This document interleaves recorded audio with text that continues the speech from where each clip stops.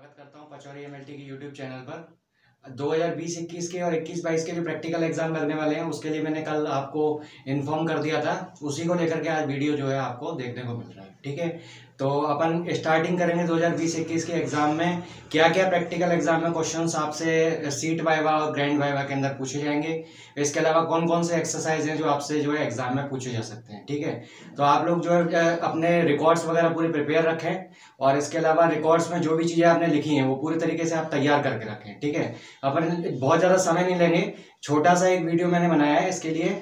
और क्या नाम से आपका जो भी आने के लिए है एग्जाम में वो सारा अपन यहाँ पर क्लियर करके चलेंगे। ठीक है, सीट वाइवा के अंदर जो क्वेश्चंस हैं मैं यहाँ पर जो डिस्कस करने वाला हूँ, मैक्सिमम जितने भी एग्जाम्स अपने प्रैक्टिकल के होते हैं मैक्सिमम इन्हीं तरीके के क्वेश्चंस आपको फ्रेम करके दिए जाते हैं। एग्जामिनर जनरली आपका नॉलेज चेक करना चाहता है कि आप लोगों ने जो है उसको कितना डीपली कितना अच्छे तरीके से पढ़ा है। ठीक है, तो अपन बिना टाइम वेस्ट किए स्टार्ट करते हैं और देखते हैं कि आपके एग्जाम में कैसे जो है क्वेश्चंस आपको पूछे जाएंगे। ठीक है, तो देखिए मैंने आपके ये जो प्रैक्टिकल एग्जाम के क्वेश्चंस हैं इनको मैंने तीन तरीके से डिवाइड किया है, तीन सेक्शंस में बांटा है कि आपके क्वेश्चंस किस किस तरीके से कौन कौन से स्टेप्स के अंदर आपको जो है प्रैक्टिकल एग्जाम देना होगा। ठीक है, सबसे पहले आपको एक प्रैक्टिकल एक्सरसाइज दी जाएंगी जिनके अंदर 2 से 3 प्रैक्टिकल करने के लिए आपको परफॉर्म करने के लिए दी जाएंगी। ठीक है, जैसे इनमें जो है कौन कौन से यूरिन एग्जामिनेशन के अंदर आपको ये 4 practical glucose, ketone bodies, bile salt और प्रोटीन, इन चारों के जो है प्रैक्टिकल परफॉर्म करने के लिए दिए जा सकते हैं।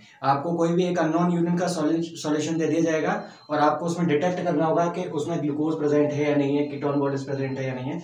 ये सारे तरीके के टेस्ट आपसे पूछ सकते हैं। ठीक है, तो आप ये टेस्ट है इनके बारे में, इनके प्रिंसिपल से लेकर के प्रोसीजर और सारे रिजल्ट उनके क्या आपको दिखते हैं, कौन सा कलर आपको अपीयर होता है, अलग अलग टेस्ट के लिए आपको दे रखा है। पूरे साल आप लोगों ने क्लासेस के अंदर पढ़ा होगा। ऑफलाइन में जो बच्चे जो है मेरे से पढ़े हुए हैं वो ऑलरेडी जानते हैं। एनाटॉमी फिजियोलॉजी के वीडियोस के तौर पे आपको यूट्यूब पे पहले ही मेरे वीडियोस आपको देखने को मिले होंगे। अब पैथोलॉजी के रिलेटेड मैं आपको बता रहा हूँ। मेनली डीएमएलटी के अंदर देखा जाए तो आपके क्लिनिकल पैथोलॉजी और हेमेटोलॉजी ब्लड बैंकिंग, ये 2 सेक्शंस आपके आते हैं। ठीक है, एनाटॉमी फिजियो को कोई एग्जाम नहीं लगता, बेसिकली क्लिनिकल पैथोलॉजी और हेमेटोलॉजी ब्लड बैंकिंग, ये ही 2 एग्जाम्स आपके प्रैक्टिकल के अंदर पूछे जाते हैं। ठीक है, तो ये आपका इसके अंदर एक तो क्या हो गया यूरिन का एग्जामिनेशन। यूरिन एग्जामिनेशन में आपको ये केमिकल प्रॉपर्टीज जो है आपको फाइंड आउट करनी होगी। ठीक है, दूसरी चीज आपको क्या ध्यान रखनी है कि एचबी एस्टिमेशन। ठीक है, सालिस मेथड के द्वारा जो एचबी एस्टिमेशन किया जाता है वो कैसे आपको परफॉर्म करना है और जितने भी टेस्ट आप लगा रहे हो उनका जो है आपको क्या करना है, पूरे रिजल्ट्स जो है आपको जो नॉर्मल रेंजेस है उनको आपको ध्यान रखना है कि हीमोग्लोबिन है तो उसका नॉर्मल रेंज क्या होता है, मेल के अंदर क्या है, फीमेल के अंदर क्या है। और इसके अलावा अदर जितने भी क्लिनिकल टेस्ट हैं जिनके लिए नॉर्मल रेंज दी जाती है तो आपको उसके नॉर्मल रेंज जो है वो पता होना चाहिए, आप लोग याद करके जाएं। ठीक है, इसके अलावा आपको टीएलसी, डीएलसी और आरबीसी काउंट, यानी कि आपको टोटल जो है लिकोसाइट काउंट या फिर आपको आरबीसी काउंट और या फिर आपको जो है डिफरेंशियल लिकोसाइट काउंट यानी कि पीवीएफ जिसको लीसमान स्टेन से स्टेन करते हैं, ये चीज आपसे पूछी जा सकती है। ठीक है, तो आपको टीएलसी के लिए न्यूबार्ट चैम्बर दे दिया जाएगा तो आप उसमें जो है टोटल लिकोसाइट काउंट करके बताएंगे, जो कि आपका नॉर्मल कितना होता है 4000 से 11000 आपका नॉर्मल होता है। ठीक है, इसके बाद अपने को क्या करना है, ब्लड ग्रुपिंग और क्रॉस मैचिंग जो है वो देखना है कि आपको ब्लड ग्रुपिंग या क्रॉस मैचिंग में से कोई सी एक्सरसाइज दे सकते हैं। जनरली ब्लड ग्रुपिंग की एक्सरसाइज देखने को मिलती है, बट कहीं कहीं जैसे गवर्नमेंट मेडिकल कॉलेजेस के अंदर अच्छी फैसिलिटीज हैं और जैसे डॉक्टर्स अगर वाइवा लेते हैं और एग्जाम करवाते हैं उनमें जो है आपको क्रॉस मैचिंग का भी परफॉर्म करने के लिए दिया जाता है। या फिर हेमेटोलॉजिकल टेस्ट में अपन देखा जाए तो स्पेशल हेमेटोलॉजिकल टेस्ट में सिकलिंग टेस्ट हुआ या फिर आपके कुछ एक टेस्ट और भी हैं जैसे आपका एली सेल वगैरह तो परफॉर्म नहीं करवाते, बाकी आपको मेनली सिकलिंग टेस्ट जो है आपको करवा सकते हैं या ऑस्मोटिक फैसिलिटी है वो दे सकते हैं। ठीक है, बट मेनली जो है आपको ये 4-5 एक्सरसाइज है वो ध्यान रख करके चलेंगे। ठीक है, अदर हेमेटोलॉजिकल टेस्ट हैं वो आपसे बहुत रेयर हैं जो पूछे जाएंगे। ठीक है, तो ये आपके ब्लड ग्रुपिंग और क्रॉस मैचिंग हो गया। थ्योरेटिकल एस्पेक्ट में आप पूरी तरीके से तैयार रह के चलें। आप थ्योरेटिकल एस्पेक्ट में आपसे कोई भी क्वेश्चन पूछ सकते हैं, बट आपको प्रैक्टिकल एस्पेक्ट में जो है परफॉर्म करने के लिए जनरली नहीं दी जाती एक्सरसाइज। ठीक है ना, इसके बाद लास्ट है आपका रेड सेल इंडिसेस। आपको ऐसा दे सकते हैं कि भाई आपको एमसीवी, एमसीएच और एमसीएससी इन तीनों की वैल्यूज जो है उनमें से किसी को कैलकुलेट करने के लिए दे दिया जाए। आपको आरबीसी का काउंट दे दें, हीमोग्लोबिन का कंसंट्रेशन दे दें और आपको एमसीवी, एमसीएच काउंट करने के लिए दिया जाए। जैसा कि आप देख रहे हैं यहाँ पे इसमें देखेंगे तो एमसीवी का जो नॉर्मल रेंज होता है 82 से 92 फैक्टोलीटर, ठीक है। इसके अलावा जो MCH है वो होता है 27 से 32 पिकोग्राम, और इसके अलावा MCSC होता है 32 से 36%, ठीक है। यानी कि आपको ये सारी वैल्यूज जो है वो क्या करनी है, याद करनी है। नॉर्मल वैल्यूज है। MCV, MCH और MCSC का वैल्यू जब चेंज होता है तो उस दौरान आप देखोगे कि इसमें जो है आपको एनीमिया टाइप के देखने को मिलेंगे। जैसे आपका माइक्रोसिटिक और मैक्रोसिटिक टाइप ऑफ एनीमिया जो आप लोग पढ़ते हैं, उनके अंदर क्या आरबीसी का साइज जो है वो चेंज हो जाता है, या फिर हीमोग्लोबिन का कंसंट्रेशन जो है वो वेरी करेगा, ठीक है। तो ये आपका MCV, MCH और MCSC जो दिख रहा है, ये आपको ध्यान रखना है कि ये, ठीक है। इसके अलावा ये 5 एक्सरसाइज आप याद रख लोगे, ये आपका फर्स्ट प्रैक्टिकल एक्सरसाइज वाला सेशन जो है वो कंप्लीट हो जाएगा, ठीक है। आप लोग अपने जो है जो जो एक्सरसाइज दिए हैं उनको आप अच्छे से परफॉर्म करें, और उनके जो है प्रोसीजर को आप अच्छे से पढ़ के जाएं, ताकि आपको वहां परफॉर्म करने में प्रॉब्लम नहीं है, ठीक है। और आप लोग एकदम से अगर आपने परफॉर्म नहीं भी किया है तो आपने प्रोसीजर अगर अच्छे से तैयार करें तो आप एग्जाम में परफॉर्म कर लेंगे, कोई ऐसी प्रॉब्लम वाली बात नहीं है, ठीक है। बहुत ज्यादा टिपिकल टेस्ट नहीं है, बहुत सिंपल से टेस्ट है। आप अगर प्रोसीजर पढ़ते हैं तो क्लियर कर पाएंगे, ठीक है, तो उसमें कोई प्रॉब्लम नहीं है। देन उसके बाद जब आपका प्रैक्टिकल एक्सरसाइज कंप्लीट हो जाएगा, देन आपको देखने को मिलेगा सीट वाइवा। सीट वाइवा में आपको जनरली जो भी प्रैक्टिकल आपने परफॉर्म किया है, यहाँ पर तो आपको प्रोसीजर परफॉर्म करने होते हैं, इस जगह आपको सारे टेस्ट के प्रिंसिपल और आपको इंटरप्रिटेशन पता होना चाहिए। जैसे आपने हीमोग्लोबिन एस्टिमेशन किया है, तो हीमोग्लोबिन में उसका वैल्यू आपका कितना है पेशेंट के टेस्ट का, और इसके अलावा वो किस प्रिंसिपल पर बेस्ड है। ऐसे आपके ग्लूकोज और इनके जो यूरिन के एग्जामिनेशन है, तो उनको किन प्रिंसिपल के बेसिस पे काम कर रहा है, या रिएजेंट का कंपोजिशन क्या होता है, अपन किस कंपोजिशन में यूज करते हैं, ठीक है।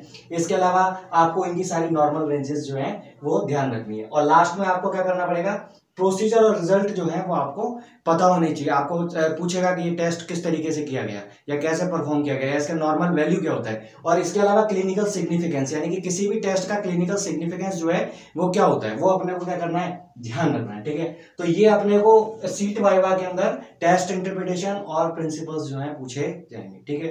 तो ये चीज आप तैयार कर लेंगे, कोई दिक्कत नहीं आएगी, ठीक है। जितना अच्छा आप प्रिपेयर करके जाएंगे उतना ही आपको अच्छा वहां पर जो है परफॉर्म कर पाएंगे। जैसे मैंने टैगलाइन में डाला, how to impress the examiner, ठीक है। तो एग्जामिनर को कैसे इंप्रेस करोगे, जब आप अपना नॉलेज दिखाओगे, आप दिखाओगे कि हाँ मैंने पढ़ा है, तभी बता सकते हैं, ठीक है। तो आप लोग स्टडी अच्छे से अच्छे करके जाएं, ताकि आपको अच्छे मार्क्स मिल सके वाइवा के अंदर, ठीक है। तो ये आपका सीट वाइवा हो जाएगा, जिसमें आपको जो टेस्ट दिए हैं उनके बारे में क्वेश्चंस पूछे जाएंगे, और लास्ट आपका आएगा ग्रैंड वाइवा वाला पार्ट, ठीक है, जिसके अंदर आपको एक ओवरऑल वाइवा लिया जाता है, जिसके अंदर आप प्रैक्टिकल जो परफॉर्म कर रहे हैं उसका, और इसके अलावा इनके इंस्ट्रूमेंट आपको एक वाइवा टेबल पे दिखते हैं, ठीक है। स्पॉटिंग वगैरह दी जाती है, जिनके अंदर आप क्या करते हो, अलग अलग इंस्ट्रूमेंट्स को पहचानने के लिए दिया जाता है। आपको वो बता देंगे कि ये वाला क्या चीज है, आपको आइडेंटिफाई करना है। हो सकता है यूरिन कंटेनर मिल जाए, देखिए इसमें जैसे लिखा हुआ है न्यूबार्ट चैम्बर है, न्यूबार्ट चैम्बर आप पहचानने चाहिए। इसके अलावा बोन मैरो एस्पिरेशन की जो निडल है, जमसीदी क्लीमा निडल, और आपके जैसे कार्ड टेस्ट में HIV के, हेपेटाइटिस के, और जो है जितने भी कार्ड लगते हैं उन सारे कार्डों को आप क्या करें, आइडेंटिफाई करना सीख लें, ठीक है। वीडियो को लास्ट में मैं आपको कुछ लैब इक्विपमेंट्स और ये जो जनरल कार्ड आपके रूटीन में देखे जाते हैं वो आपको मैं डायग्राम में दिखा दूंगा, ठीक है। इसके अलावा एक वाइवा टेबल का जो है मेरे पास एक ट्रे पड़ा हुआ है, और इसके अलावा लास्ट में आपको नॉलेज बेस्ड क्वेश्चंस जो है वो पूछे जाते हैं, जिसमें आपको जो है पूरे ऑल ओवर सिलेबस से रिलेटेड जितना भी आपने अभी पूरे साल के अंदर पढ़ा है वो सारी चीज़ें आपको एग्जाम के अंदर एग्जामिनर पूछ सकता है, ठीक है। इसके बाद कुछ एक इंपॉर्टेंट पॉइंट ध्यान रखना है, जैसे ESR का ट्यूब है, उसका लेंथ कितना होता है, तो 300 mm का लेंथ, और डायमीटर 2.5 mm होता है, ठीक है। इसके अलावा एंगल ऑफ PVF, यानी कि आप जब PVF प्रिपरेशन करते हो तो उस दौरान आपको एंगल कितना चाहिए, आपको 30 डिग्री एंगल से ज्यादा रखोगे तो स्मीयर जो है थिक मिलेगा, और थिन स्मीयर बनाने के लिए एंगल आपको 30 डिग्री से कम रखना पड़ेगा, ठीक है। इसके अलावा वेन, ब्लड कलेक्शन के लिए कौन सी वेन यूज की जाती है, तो आप बोलोगे कि इसके अंदर ब्लड कलेक्शन के लिए मिडिल क्यूबाइटल वेन या एंटी क्यूबाइटल वेन है, जिसको आप यूज करते हैं, ठीक है। इसके बाद आपको जैसे MCV, MCH और MCSC जो है इनके वैल्यूज ध्यान रखना है कि MCV कितना होता है, आपका जैसा कि दिखा रखा है 82 टू 92 फैक्टोलीटर आपका MCV हो गया, MCH जो है वो 27 टू 32 पिकोग्राम हो गया, और MCSC जो है वो 32 से 36% हो गया, ठीक है। इसके बाद अपन देख लेते हैं ऑर्डर ऑफ ड्रॉ के बारे में, ठीक है। पहले एक बार आप चाहें तो इसका स्क्रीनशॉट ले लें, फिर इसके बाद ऑर्डर ऑफ ड्रॉ देख लेते हैं, इसके बाद अपन लास्ट में लाइव इक्विपमेंट दिखा करके वीडियो को कंप्लीट करें, ठीक है।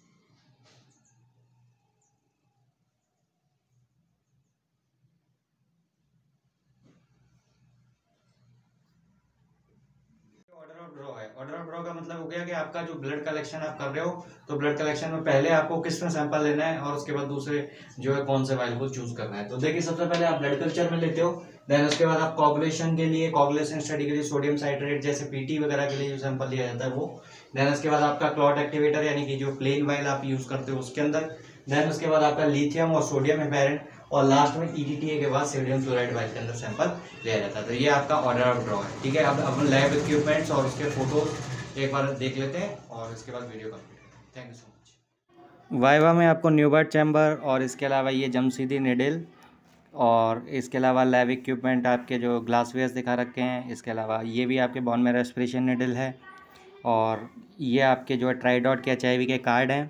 ये आपको एक चार्ट दिखा रखा है कंपोनेंट का ब्लड सेपरेशन के लिए। ये आपके वैक्यूटेनर्स हैं जो आपको दिखाए हैं। ये ब्लड बैग्स जो आपके लैब में यूज़ होते हैं ब्लड बैंक में, ये न्यूबर्ट चैम्बर ही है, ठीक है। ये इसके अलावा आपके वाइवा टेबल पे ये चीज़ें देखने को मिलेगी, ठीक है। इसके अलावा ये कल्चर मीडिया की प्लेट्स आपको देखने को मिलेगी, ठीक है। ये एल्यूमिनोमीटर है और ये जमशीदी क्रीमा वाली निडल आपको दिखा रखी है, ठीक है। तो बच्चों आप लोग बढ़िया से एग्ज़ाम दे करके आओ और जो है वाइवा बिल्कुल बढ़िया से दे के आना। आप सभी को बेस्ट ऑफ लक। मिलते हैं नेक्स्ट वीडियो के अंदर। Thank you so much.